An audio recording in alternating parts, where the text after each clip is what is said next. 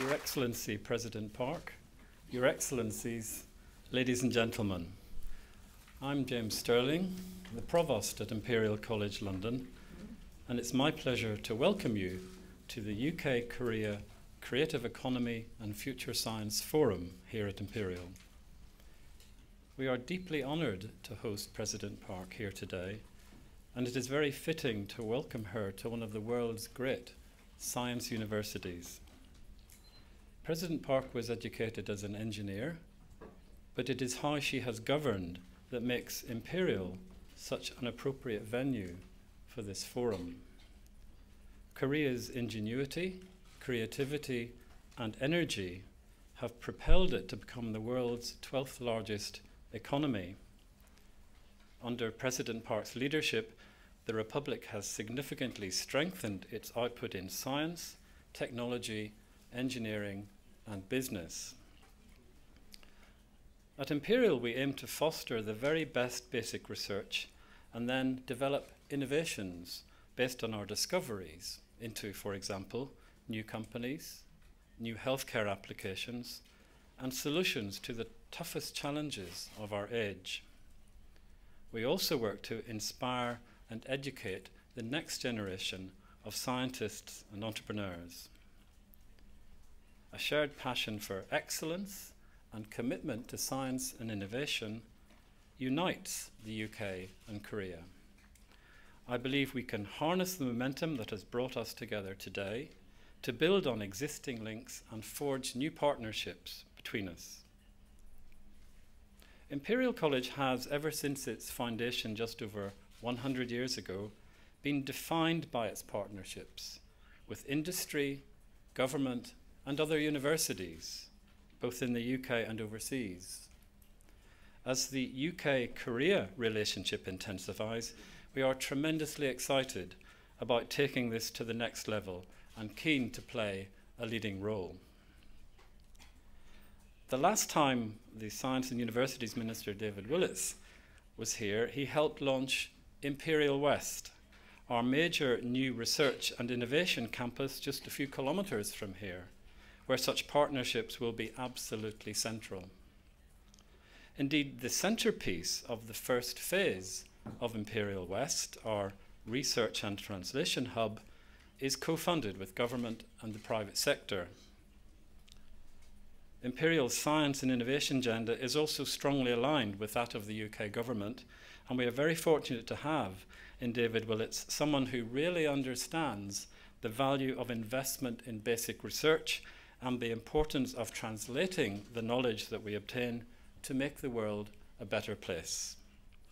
The Minister has been a passionate supporter of and advocate for our work, and for that we are very grateful. And so, before we hear from Her Excellency President Park, I would like to invite Mr. Willetts to address us. Your Excellency, distinguished guests, ladies and gentlemen, I'm very pleased to have this opportunity to welcome President Park and her party to the UK, and I'm particularly pleased to be able to co-host the visit to Imperial College here today at the UK-Korea Creative Economy and Future Science Forum. Imperial is one of the top 10 universities in the world. The UK has 4 in the top 10 and nearly 30 in the top 200. We have world-class universities and world-class research. The UK recognises that Korea also has a highly regarded educational and research sector with 6 universities in the top 200 and many more rising rapidly. The UK's research system is one of the most productive in the world. With less than 1% of the world's population, we produce 8% of the world's scientific publications and 20% of the highest quality papers cited over 1,000 times. In the UK, we are proud of our world-class scientific institutes and research-intensive universities. We are fortunate to have a very broad science and research base. Indeed, there is no other medium-sized economy which has anything like our range of world-class research activity. This includes humanities and social sciences. It is not just STEM, it is STEAM, science, technology, engineering, arts and maths. Imperial strengths are very much in STEM, but they also have a thriving arts and music scene as well. So we're better than Imperial to showcase the very best that UK universities have to offer, both in terms of a first-class education, but also in terms of world-class research. In the UK, as in Korea, scientific research and innovation are key to economic success, and this cannot be achieved without the work that is being done in our universities. However, we're very much aware that scientific research is by its nature a collaborative activity and that no one country has a monopoly on good ideas. Nowadays, a country's scientific prowess depends to an ever greater extent on its ability to attract the best minds to its shores and its readiness to participate in research that's conducted across boundaries. The UK has a great record on collaboration, with half of British publications having international co-authors. We attract more international students than anywhere else other than the US, and with 20% of funding for gross expenditure on R&D being from abroad, we are more successful than any other comparable country in attracting foreign direct investment into our research system. Again, Imperial is a good example of the UK's strengths in this respect. Like many of our leading universities, they are an outward-looking institution that realises the need to collaborate far and wide to tackle the big global issues and to make the most of international creativity and innovation.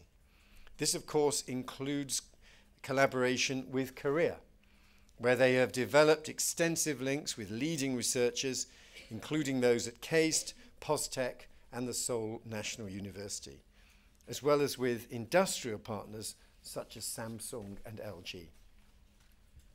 The UK and Korea have similar priorities and face similar challenges. I know that biotechnology, space, energy and information technology have all been identified as key areas in Korea.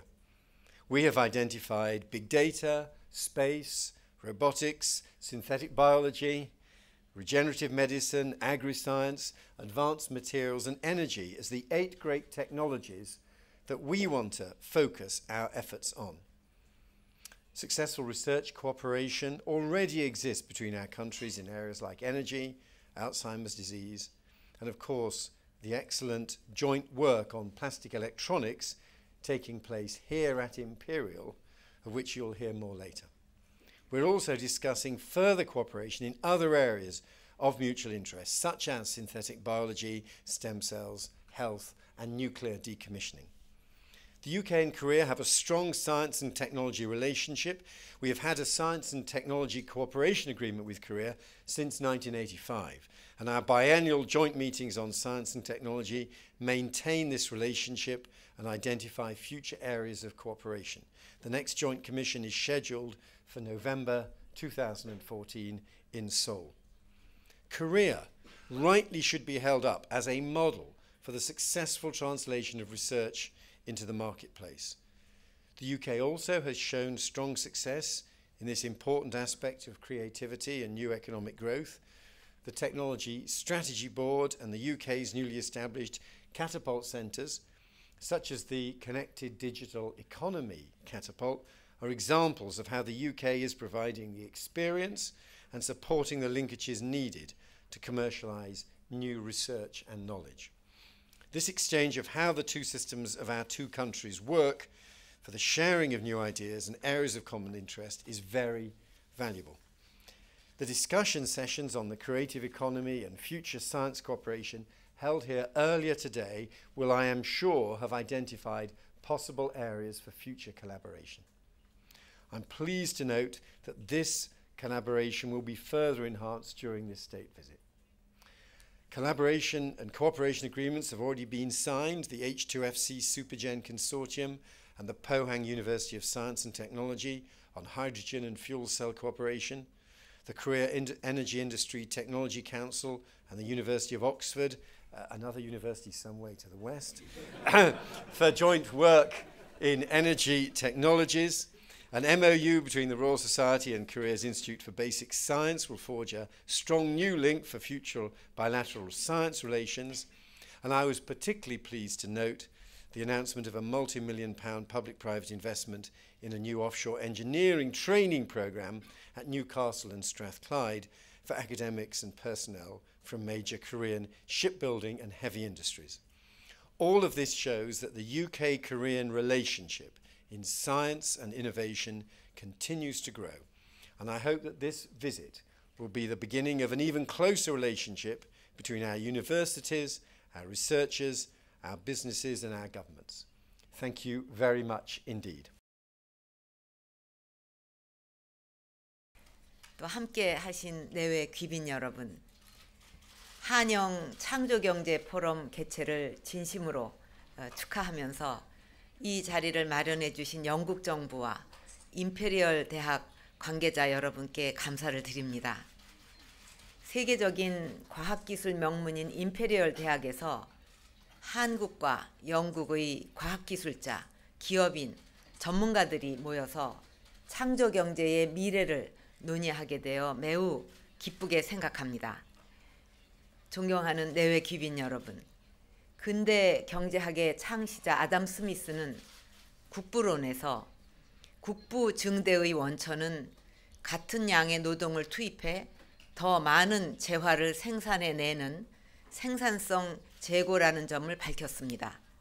지금은 당연한 얘기지만 국부가 그 나라의 금 보유량에 의해서 결정된다고 생각했던 당시의 중상주의 사상에 비추어 볼 때 혁명적인 주장이었습니다. 아담 스미스 같은 혁신적 사상가를 배출했던 영국은 이후 산업혁명을 주도하면서 생산성을 크게 높여서 근대 자본주의 발전과 세계 경제 성장을 주도했습니다. 하지만 2008년 글로벌 경제 위기 발생 이후 세계 경제의 침체가 지속되면서 생산성 증대를 핵심으로 하는 기존의 경제 발전 패러다임은 한계에 이르렀다는 지적이 나오고 있습니다. 세계 경제의 활력 회복을 위해서는 경제 발전 패러다임의 근본적 변화가 필요하다는 것입니다. 저는 새로운 변화의 동력을 국민 개개인이 갖고 있는 잠재적인 창조성에서 찾을 수 있다고 생각합니다. 생산성이 아니라 창조성이 국부 증대의 원천이 된다는 의미입니다.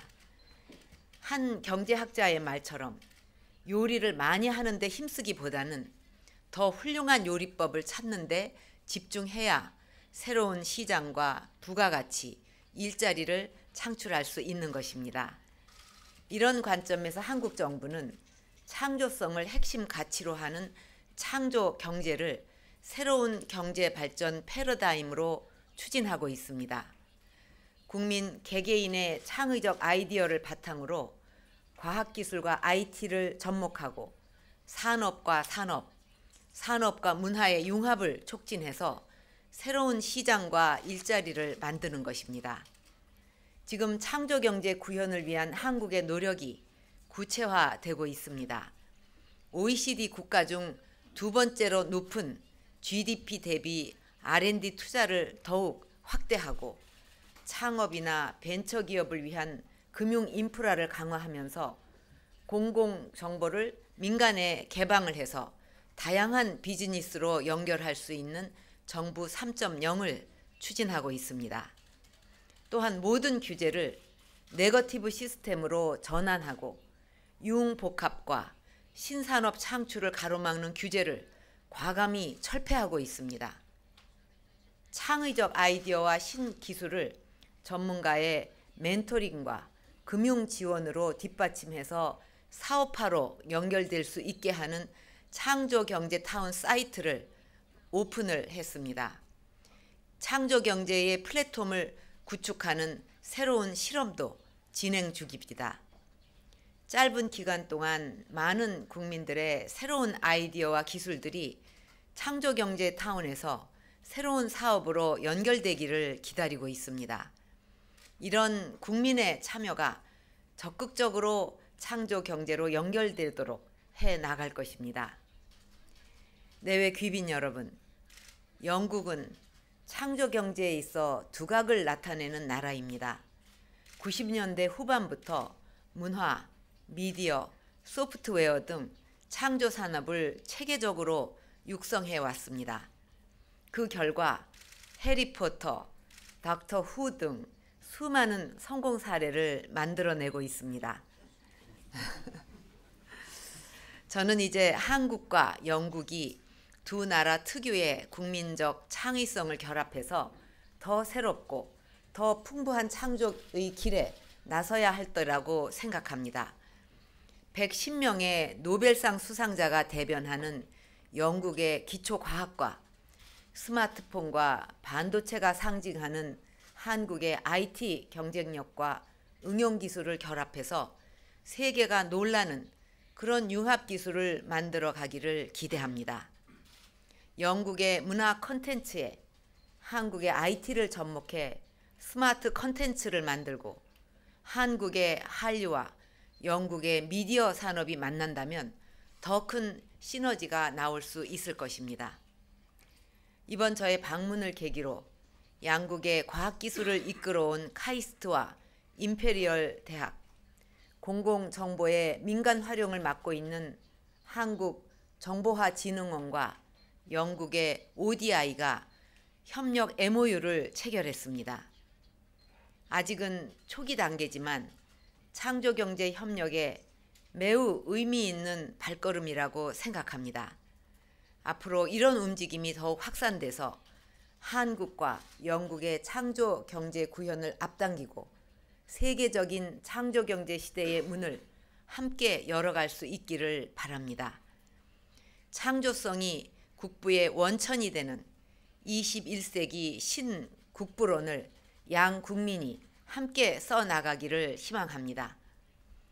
오늘 포럼이 그 노력의 출발점이 되어서 양국의 창조경제 비전과 경협을 공유하고 과학기술, 콘텐츠, 문화, 방송 등 다양한 분야에서 협력을 확대하는 소중한 계기가 되기를 기대하겠습니다. 창조경제 포럼 개최를 다시 한번 축하드리면서 풍성한 결실을 기대합니다. 감사합니다.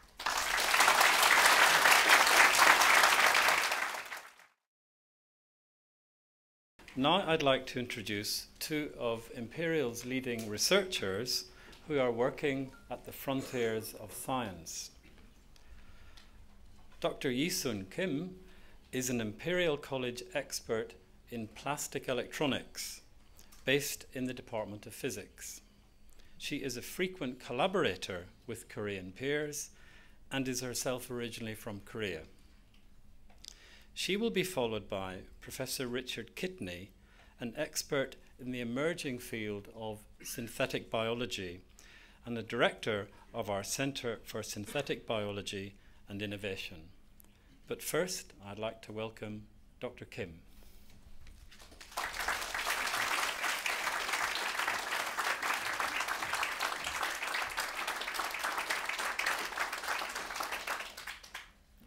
Good afternoon, President and Korean and British ministers and ladies and gentlemen. It is my great honor to have an opportunity to introduce our research activities in plastic electronics. What is plastic electronics, you may ask? Plastic electronics is a new technology which combines plastic materials with electronic devices. Fabricating essential electronic devices such as displays, transistors, renewable energy solar cells with plastic materials. We can see conventional plastic materials everywhere in our daily life. Those plastic materials are polymers, which are carbon-based long-chain molecules. By modifying their chemical structures of those molecules, we can change their functionality from a passive insulator to the active semiconductor. These functionalized molecules are called organic semiconductors. These molecules can be dissolved in organic solvents to form an organic ink. And these inks can be then printed to make electronic devices which do not require any high-cost manufacturing facilities typically used in silicon-based electronics industry. Therefore, plastic electronics is the paradigm-shifting next-generation technology, realizing electronics with plastic materials, making use of or taking advantage of their processability and functionality. Not only lowering fabricating cost, but we can also use other unique properties of plastic materials. These include lightweight, very thin, flexible, printable into large areas, transparent, stretchable, and disposable properties. The plastic electronics market is forecasted to grow very rapidly within next 5 to 10 years. More than 50 billion US dollars predicted for display market for plastic electronic devices. What are the key scientific challenges in plastic electronics research? We are using functional plastic materials which can be made as organic ink. By making use of a variety of different printing techniques, we can make very interesting nanostructures of organic molecules in thin films. When we put these nanostructures of organic molecules in the various device architectures, the device functionality and performance are strongly governed by the nanostructures of organic molecules we created in the thin films. Therefore, it is very important to understand the structure, property, performance relationships of these functional plastic materials by being able to control and characterize their nanostructures. Our research at plastic electronics at Imperial focuses on these very important scientific issues. These include world-leading multidisciplinary research activities from designing and synthesizing novel molecules, developing new deposition techniques to control nanostructures of organic molecules, characterizing these nanostructures, and identifying their impact on device performance. By doing so, we aim to achieve a fundamental understanding of these novel functional materials and devices. There is a great opportunity for the Korea-UK collaboration in plastic electronics. Our research strength, focusing on fundamental understanding of materials and devices, currently carried out under the Center for Plastic Electronics, will match excellently with Korea's strength in device engineering, system integration, and manufacturing.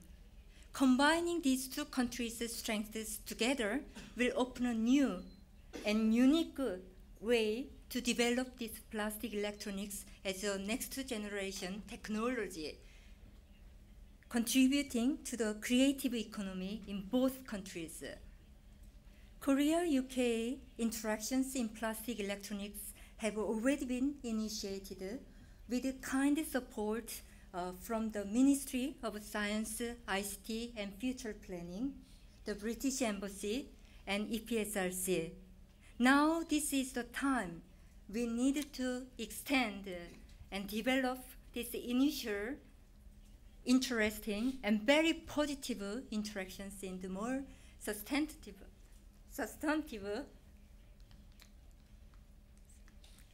research collaborations for the future.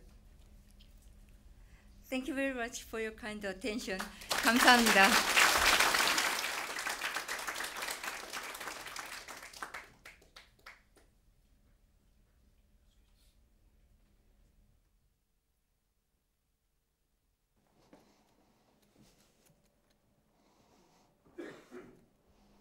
Your Excellency, Minister, Provost, honoured guests and ladies and gentlemen.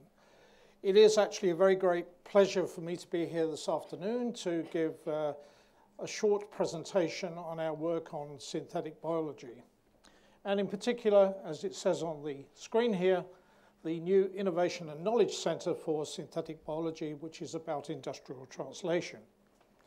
Now, I'm aware that many of you in the audience here may be unfamiliar with synthetic biology, so what I put up here on the slide is the usual definition used actually internationally, which comes from the Royal Academy of Engineering report from 2009, which defines synthetic biology as aiming to design and engineer biologically based parts, novel devices and systems, as well as redesigning existing natural biological systems. Now, at the World Economic Forum in Davos in January 2012, synthetic biology and indeed its associated field, metabolic engineering, was defined as the second most important potential new area of technology. And the minister, together with his colleagues, did a lot more work in this area, and as he has already mentioned, synthetic biology is now defined as one of the 8 great technologies supported by the UK government, and I'll come back to this in a moment. But you may be wondering, why is there all the interest in synthetic biology? So let me just take you through this. So this part of the slide shows oil-based feedstocks leading through to synthetic chemistry to industrial processes and products. And of course, as most people in the room probably know, synthetic chemistry was developed in the second half of the 19th century through into the 20th century and has led to many of the major industries in the world today. The problem here, though, is oil-based feedstocks, because oil is obviously a very valuable and actually fairly rare resource, and although the international companies are finding new deposits of oil all the time, the demand for oil is going up rapidly. And so the concept behind synthetic biology in terms of industrialization is that we can use bio-based feedstocks, which have a much wider spread, and use synthetic biology in a similar way to synthetic chemistry to produce new industrial processes leading through to new products, and hence save valuable oil. And these are just 3 examples of areas where synthetic biology is already having an impact in advanced electronics and, of course, in biofuels. Now, the way that this works, the strategy behind this, is that we, together with our international collaborators, are developing platform technology. This is technology that works across a wide range of fields. And in the lower half of the diagram here, you can see some of the areas where synthetic biology can be applied. So in terms of biosensors, fine chemicals, bioenergy, etc. So just to give you a couple of examples here in terms of biosensors. So this is obviously in the healthcare sector. So we've already developed advanced biosensors for disease or bacterial infections such as MRSA and urinary tract infection. We're actually carrying out pretty advanced work now in combining these biosensors with the ability to attack cancer cells directly rather than systemically. And in terms of fine chemicals, of course, through the pharmaceutical industry. So now we come to the IKC, the Imperial College Innovation and Knowledge Centre, which is going to be based at Imperial West, which is about 5 kilometres or 3 miles from here. And I want to make a point here that this is a major investment by the British government, and I'm going to make a personal point here. This would not be impossible without David Willett's personal and direct leadership in this area. So this is a major development, and it's, as you can see from the slide, it is an industrial translation engine which is designed to take university research and take it through to industry. Sorry, this keeps jumping around. Can we just go back? Okay. Now, in order to achieve this enterprise, we have put together a consortium of 16 other UK universities led by Imperial College. Actually, we have a powerful consortium for synthetic biology already, which is called the Flowers Consortium, which comprises Imperial, Cambridge, Edinburgh and Newcastle, but we've added to this other universities around the UK, universities such as Oxford, University College, etc. And coupled to that, as you can see on the slide, we have a whole series of industrial partners involved in the new IKC, major companies such as Syngenta, Shell, Agilent, GSK, Microsoft, Life Technologies and Procter & Gamble, but also, and we consider very importantly, 35 small and medium-sized enterprises who we hope to absolutely support and grow this industrial base for the UK and probably for our European partners, and hopefully, and I'll come back to this, in collaboration with Korea, South Korea. Okay, so this slide just breaks down the various components which comprise the IKC, which will be, as I say, at Imperial West. So running along the top row here, first of all, we have, of course, an administrative centre. Then we have core scientific facilities, which will enable small companies, for example, to work within the IKC. Really small companies can use the IKC incubator to get scientific support and facilities. Then we have business support, and we have our business school providing a major contribution here. This is for people that are just starting companies who want to know about simple things like how you write a proper business plan, legal facilities, etc., etc. That leads to the Startup Hub to support companies which are just starting. Then we come to the iGEM base camp. iGEM, as you probably know, because Korea is involved in this, is a major international student competition, which is held annually, and we want to create a major centre primarily for UK teams to take part in iGEM every year to give our teams support. The Innovation Forum is a forum for bringing together ideas from industry and academia, which will then hopefully go on to develop into small companies. And finally here, the Outreach Centre, which is all about responsible innovation, interacting with the public and the media. And all of this is designed to accelerate and promote, as it says, UK-wide business exploitation of synthetic biology. Yes. So this is my, if you like, my summary slide, but it is to make the point that we already collaborate with KAIST, and we very much hope that we will be able to strengthen and deepen our collaboration with South Korea through you, Madam President, and your colleagues, because we see this whole area as a major area for economic development, and as the Provost has said, bringing together both the UK and South Korea in this area, we see as a major catalyst for our joint development, and we are extremely excited about this, and particularly in terms of developing new and deeper collaboration. Thank you very much.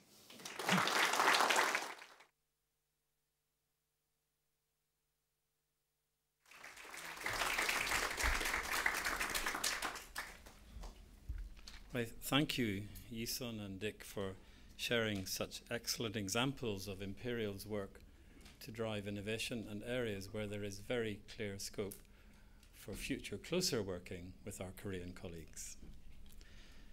So this brings to a close this part of the President's visit, and I know I'm speaking on behalf not just of Imperial College London, but of the whole UK science community when I say thank you for your commitment to research and innovation, and for making it a major focus of your state visit to the UK. It has been a great honour to host you. Thank you.